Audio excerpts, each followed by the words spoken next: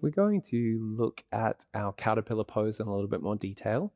Now, caterpillar pose I'll always put with a dangle because it's kind of the yin to the yang. It's the other half of the line that we're working with the bladder. So if with dangle trying to keep the legs straight, we're focusing more on the legs, the back of the legs, the biceps femoris, the hamstring. In this one, we're going to bend the knees and we're going to access more the back line of the spine. So that's what I mean, it's the yin to the yang. So always put the caterpillar and the dangle together just so you get that whole line really efficiently. Now, in this position, it's quite unique because some people will have a lot of external rotation in their femur bone quite naturally, and that's a skeletal thing more than anything. They may have done some work to try and get there, that external rotation, but most likely it's going to be more skeletal. And so if you relax your feet, if you're one of those people, and I am one of those people, and it rolls out, that foot's going to come quite close to the ground.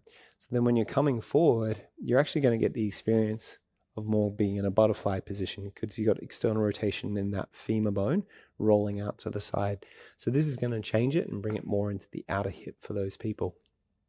And so about 50% of the class, maybe 70% of the class, this will affect. I get a block, place it between the feet like so. And then you're going to strap the foot in with the block. And so then that means when I come forward, I don't have that external rotation anymore. And the sensation is more going up through the center of the spine rather than going into the outer hip, into the thoracolumbar fascia, and then kind of making my way up sideways around that hip. And so strapping the block in between the feet and make sure it's really tight and it's more up towards the toes, not down towards the ankle. And then that way it's really going to stay there. And then next stage, bend the knees, bolster underneath the thighs to keep the knees bent. Now, some people will need a little bit more lift, so they're going to have difficulty coming forward. So you can place something underneath their bum there as well. And now from here, they should be quite ready to start to come forward. Now, when I come forward, I actually accentuate the flexion. So we're not trying to keep the back flat because a flat back will give you a flat back. We want to try and get a flexed back. So just as we try and get into backward bends and extension, we want to try and get flexion in our spine as well. So we want to accentuate it. So you usually use something. So you'll need more props for people with something underneath their bum. I use a block for me personally. You can also use a bolster as well. And you just place it between your thigh and your ribs. So you just tuck it in there. And then as you come forward, it pushes your ribs posteriorly. And as you drop the chin down, it creates more of this rounding of the spine. And then you can see here, this is when you're really targeting the back line of the spine, much more than what you could have done if you're in your dangle pose earlier. So that's what I mean. It kind of is the yin to the yang of your dangle pose, the caterpillar is. So dropping yourself forward like so. Now, if people have got a little bit more range, you can do this with the legs straight. So you'll get the bolster, and you place it over the thighs. Again, tuck it in underneath your ribs if you can.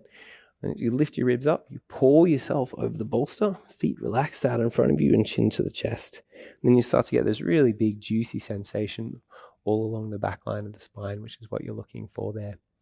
Compression points, you really won't get any compression points in this. The only compression point you might notice is that if you've got something underneath your bum and the legs straight, so like this, you may notice that what's actually happening is you're getting a little compression at the front part of the knee where the tibia is attaching onto the femur bone, and you might get a little bit of pain in your knee if you're sitting here for long periods of time. Again, I don't recommend this. I would have bent the knee, put something underneath this, and that is the way of fixing this anyway. You bend the knees and just support it a little bit, and that stops that compression there. But with people with their bum on their ground, like so, when they're coming forward, they won't really get that so much. You get people that are really stuck on their way of doing things. They want to keep their back flat, and they're only really stretching out down at L5, S1, this little space down into here. So they're more feeling like a really strong posterior movement of the vertebral disc, realistically, more than anything, as opposed to a full lengthening of the spine. So I really would encourage teaching your students how to safely flex their spine so they can get a more mobile spine. This position, working with the bladder underneath the legs, biceps femoris with the legs straight, knees bent, not so much. And then that back line of the spine is going to be the whole bladder channel going up through the back of the neck, over through the top of the head, and then all the way over into the inner eyebrow, and you'll feel it all the way into here as well. And that's your caterpillar variation.